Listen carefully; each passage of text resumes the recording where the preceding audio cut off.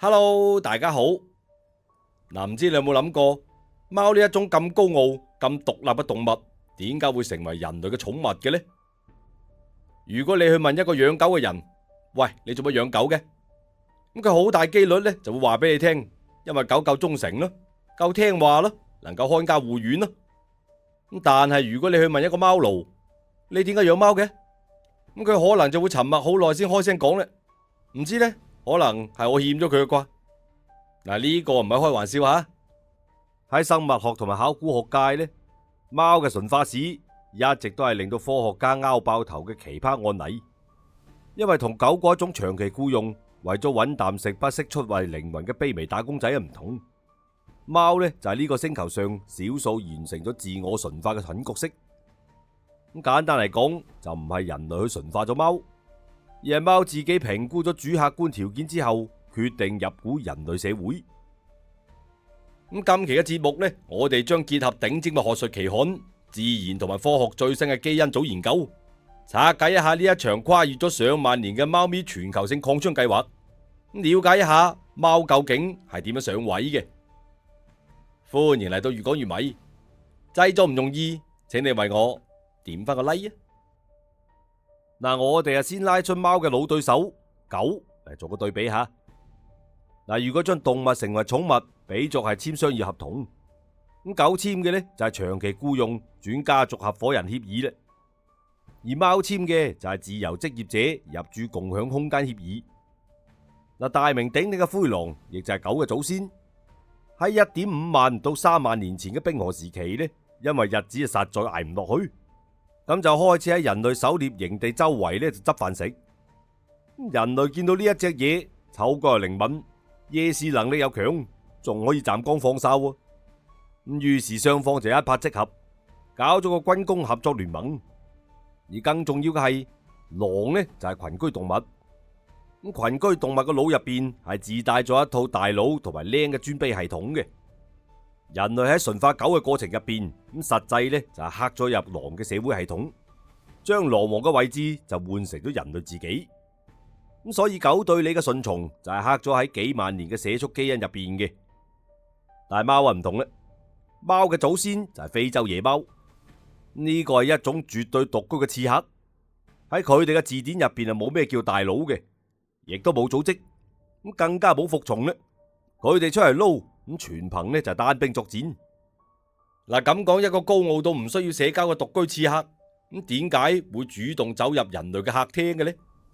咁就要提到1萬年前人類歷史上最偉大嘅統一改革——農業興起咧。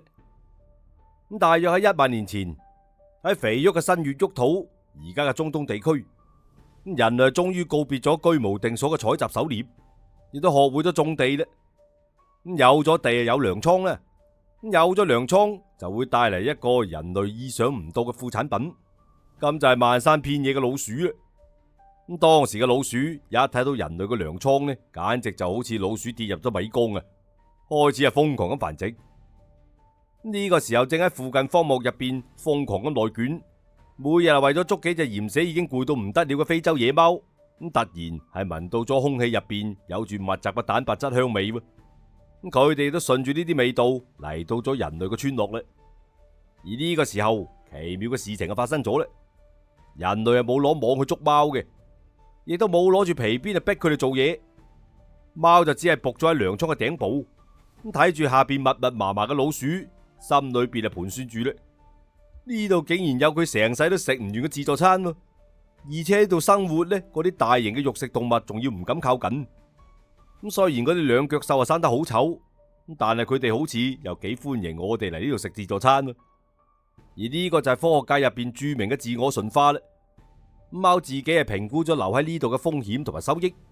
亦都做出咗一個違背咗祖宗嘅決定，收斂咗佢哋一部分嘅野性，降低對人類嘅警惕性，正式咁入駐人類社區。嗱，過去我哋一直都以為古埃及就係養貓嘅起點，但喺2004年，法國嘅考古學家喺塞浦路斯島嘅一處9500年前嘅墓葬入邊，竟然係發現咗一個震撼嘅畫面。一個新石器時代嘅人類遺骸旁邊呢，係並排咁瞓住一隻8個月大嘅貓。嗱，要知道塞浦路斯島本土就根本係冇野貓嘅，咁就講明咗早喺9500年前，人類老祖宗坐船搬屋嘅時候呢，就已經特意將啲貓塞入咗船艙入邊一齊帶走嘅啦。呢個亦都係貓嘅第一浪潮。新石器時代中東嘅大開發，貓係憑借住精湛嘅業務能力，成功咁攞到人類社會嘅綠卡。如果話第一階段嘅中東農民就只係將貓當成係免費嘅捕鼠工，咁到咗大約3000年前嘅古埃及，貓呢就迎嚟咗統治人類嘅黃金時代咧。嗱，喺古埃及，貓係完成咗從工具人到家庭成員再到神明嘅階級跨越。咁去睇一睇公元前1500年左右嘅埃及壁畫，你就會發現貓嘅畫風啊變咗咧。佢哋唔再喺污糟邋遢嘅谷倉入邊捉老鼠，而係堂而皇之咁啊坐咗喺女主人嘅凳底下，條頸仲要戴住黃金嘅頸圈，咁甚至會喺餐台底下優雅咁食魚。而啲古埃及人呢，甚至係創造咗貓神巴斯特。咁喺古埃及王朝嘅晚期，甚至係出現咗殺貓罪呢一種嚴格嘅法律，唔理你係咪特登殺嘅，咁一律可能呢都會判處死刑嘅。咁如果屋企入邊啲貓壽終正寢，咁全家人都要將眉毛啊剃咗以示哀悼，咁然後將貓嘅屍體啊做成奢華嘅木乃伊，跟住舉行國葬。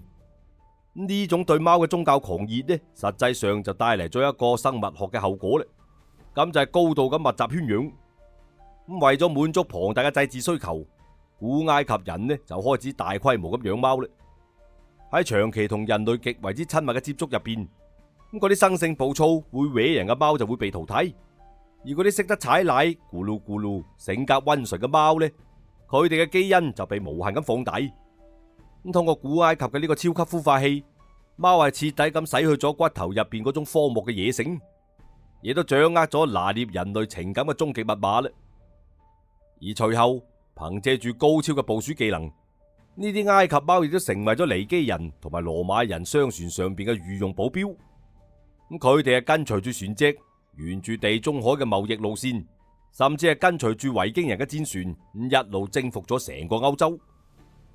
嗱，講完國外嘅貓，我哋將視線又轉翻嚟國內。咁好多人養嘅就係中華田園貓，就譬如咩谷貓啊、狸花貓啊、牛奶貓等等。咁好多朋友啊，肯定會好奇啦，我哋中國嗰啲土貓又係點樣嚟嘅呢？嗱，呢度呢就有住一個近幾年先被學術界徹底咁顛覆嘅冷知識。喺唐代以前呢，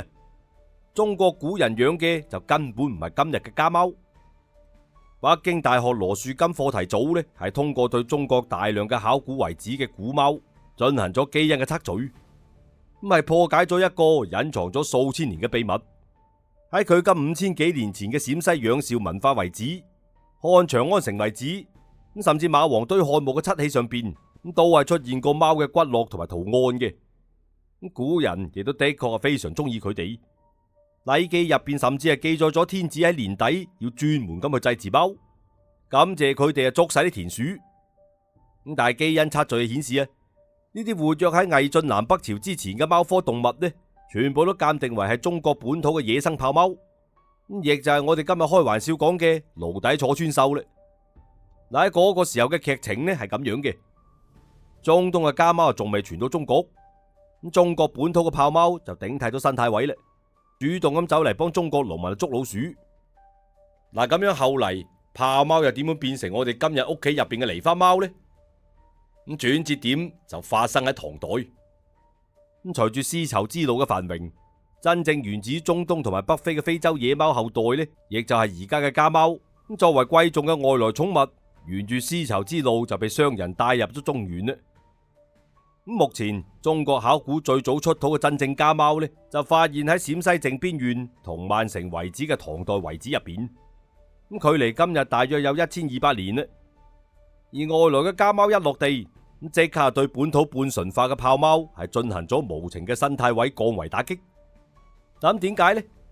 因為嗰陣時嘅外來家貓就已經喺中東同埋埃及被人類馴化同埋圈養咗數千年嘅貓啦。咁佢哋嘅性格更加溫順，早就適應咗人類狹小嘅室內環境同埋密集嘅社交干擾。而嗰啲本土嘅豹貓雖然亦都能夠捉老鼠啊，咁但係佢哋喺骨子入邊嘅野性就好難馴嘅，脾氣亦都好暴躁。而且隨住唐代北方流行籠養家雞，啲豹貓呢仲經常會半夜去偷雞嘅，直接從捕鼠易獸就淪落成偷雞賊啦。於是喺短短嘅幾百年之內呢，性格更好、更唔挑剔嘅外來家貓就徹底咁佔領咗中國人嘅家庭咧。而到咗宋代，咁家貓完全被普及。咁宋朝人仲將養貓稱為聘貓。嗱，你又唔能夠隨隨便便咁捉一隻翻去養噶噃，你係要準備好鹽同埋魚乾，咁當做聘禮去同母貓嘅主人去名門正娶。一代大文豪陸游呢，就更加係一個無藥可救嘅貓奴啦。佢甚至寫詩感嘆：溪柴火遠蠻煎暖，我與離廬不出門。意思就係外面落住大雨，有火爐有煎，我就只想同我嘅貓主子喺屋企入邊過。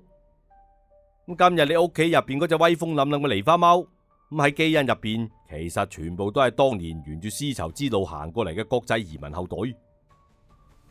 嗱，睇到呢度，咁可能你又會覺得，貓既然喺人類社會啊撈咗成萬年，咁佢嘅基因就一定俾人類啊改到媽都唔認得嘅咧。